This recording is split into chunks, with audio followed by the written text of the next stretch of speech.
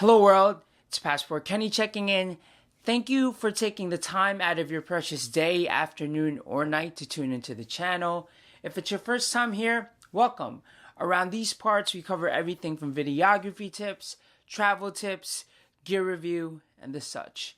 Today, I will be talking about the top 3 things that have impacted my experience with the Sony A7 III and why I would choose this camera over its fierce competitor, the FUJI XT3.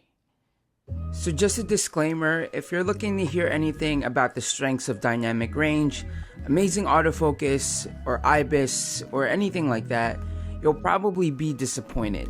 Just like in my top 3 things about the FUJI XT3 video, which you can check out in the card above, I will be speaking on the factors that personally have stood out to me in my experience with the Sony A7 III. So without further ado, let's get right to it.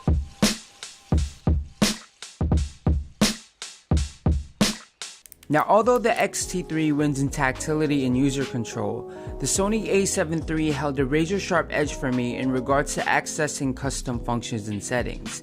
With the XT3, sometimes I would catch myself wanting to switch over to video quickly, and there's no doubt I could do so, but there are moments where I felt like I was just a couple milliseconds behind in step. And I didn't feel that way with the A7 III because I could seamlessly transition between 4K and 1080p through the custom dial settings. With the XT3, this would require just about 1 or 2 more steps than with the A7 III, which may not seem like a big deal, but in specific moments and environments of run and gun, it is quite key. Also, having a button solely designed for video recording was something I sorely missed while shooting with the XT3 in hand.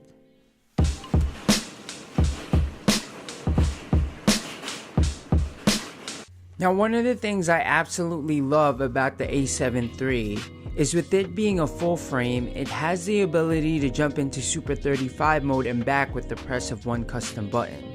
There's been times when I had the XT3, by reflex I would want to crop in, not realizing that I'm already cropped in because of the APS-C sensor. It must be stated, however, that you do lose pixel size and quality when switching over to Super 35 mode when taking photos. However, dealing with video, the quality does not suffer at all, at least in my productions that I've made. And therefore, you get the benefit of having 2 different focal lengths or focal ranges in one. Now, I'm not about to start jumping into the discussion of whether the depth of field is still the same or not. All I know is I have no reservations about using Super 35 mode if I wanted some extra reach. Also, there is a feature called Clear Image Zoom, which you can combine with the Super 35 mode to give your lenses even more reach. Honestly, having these features have stopped me from feeling like buying another lens. And for a gear junkie, admittedly, like myself, that is a pretty big deal.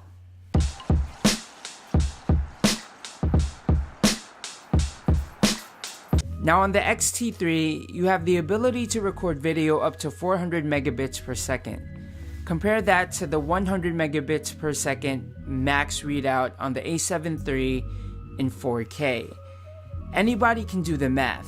The more data you have, the more flexibility you're allotted in post-processing. However, after having shot my first music video on the XT3, in which most of the scenes were shot in H.265 compression at 400 megabits per second, let me just say that the processing and rendering times were a complete headache. Now, this is in no fault to the XT3 as much as it is on my end, but one must be aware and acknowledge the capabilities of the tools that they have. Going for the XT3, you'll be tempted to record at 400 megabits per second to have maximum flexibility, but you have to understand if your laptop will be even able to handle files as large as the ones that you may get from the XT3. Shooting at 400 megabits per second also won't make your video quality look better, as that depends more so, I believe, on framing, lighting, and composition. Now, I know it's easy to say, well, just buy a newer laptop or upgrade your RAM, but for some of us, that's not so easy to do. And I'm more than fine with the Sony A7 III's quality at 100 megabits per second.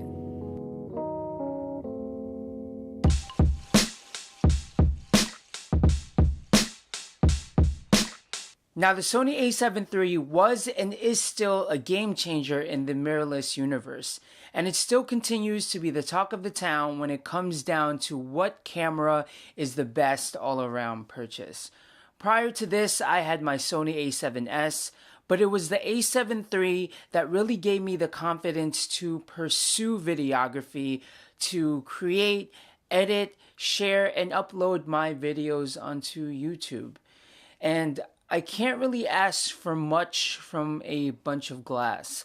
And some people may think I'm crazy for having both the Fuji XT3 and the Sony A7 III in my bag, but hey, I also thought that you couldn't have two best friends, and I learned otherwise. Now, I would love to hear what you guys and gals think out there. If you are choosing between the XT3 and the A7 III, best of luck.